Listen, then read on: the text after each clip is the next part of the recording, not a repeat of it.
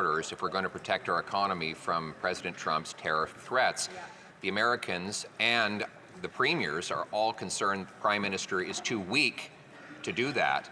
And the data from his own immigration department confirm that fact. According to documents produced by his ministry, there are between 20,000 and 500,000 people in Canada that are not supposed to be here.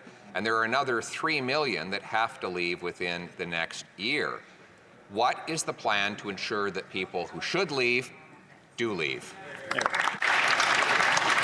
Right Honourable Prime Minister. Mr. Speaker, every year there are visitor visas and work permits and student visas that expire, and every year the vast majority of those people return home to their countries. We have procedures and processes in place to make sure that that does happen. We have consequences if they don't. We will continue to strengthen those. But continuing to talk down our country, continue to talk down our systems is something that the Leader of the Opposition is doing because he's more focused on trying to get elected than he is on actually solving the problems Canadians are facing. That's why we continue to step up and deliver on the needs of Canadians.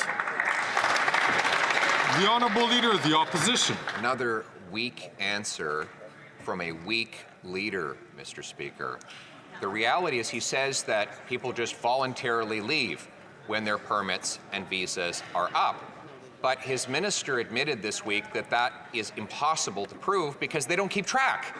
And the closest thing they could get to an answer was their department saying estimates from academic sources range from between 20,000 and 500,000 persons, although there may be more. We're talking about people who should not be in our country. So once again, what is the plan? Once again, we laid out an immigration plan just a few weeks ago that talks about how we're going to make sure that our immigration numbers allow for our economy to catch up, for our home building to catch up. We have a strong and robust immigration system that has delivered for Canadians over decades now. And the fact that the Leader of the Opposition continually throws up his hands to say that Canada is broken is talking down not just our institutions, but Canadians themselves. Canadians are optimistic and ambitious about the future. That's why we continue to invest in them. His answer is cuts to services, cuts to benefits, cuts to Canadians. Mr. Speaker, the Prime Minister promised that Canadians would see real change to our electoral system. It's been 9 years, and in true Liberal fashion, he broke this promise and let Canadians down. Clearly, this was an election year tactic, and the result, Mr. Speaker, increased division, partisan games, and a lack of representation in Canada's Parliament. And the Conservatives, well, they sure don't want to make it better because they only care about the profits of their rich corporate friends. Will the Prime Minister tell Canadians why he dropped the ball on electoral reform? I very much care about electoral reform. I've been very clear that I would bring in a ranked ballot tomorrow if we had that option. But really, to see the NDP turning its back on workers right now, asking a question about electoral reform when Canadians are worried about whether or not the opposition parties are going to support the tax break that they need or the investments in workers that they deserve. Right now, we need a party and a parliament that is focused on helping and supporting Canadians as they get us all through this difficult time with their hard work, with their ambition. And right now, talking about politics is the last thing Canadians want to see from this House.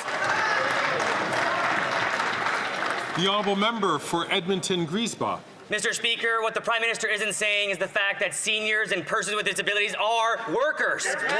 No one should have to work more than one full-time job in order to put a roof over their head or to afford food. But a recent report from the Edmonton suggests that the minimum wage just isn't enough to survive.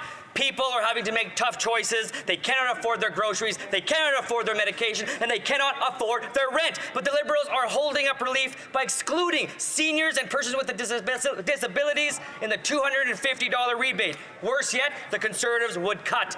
Will the Liberals stop letting Canadians down during this difficult time? The Right Honourable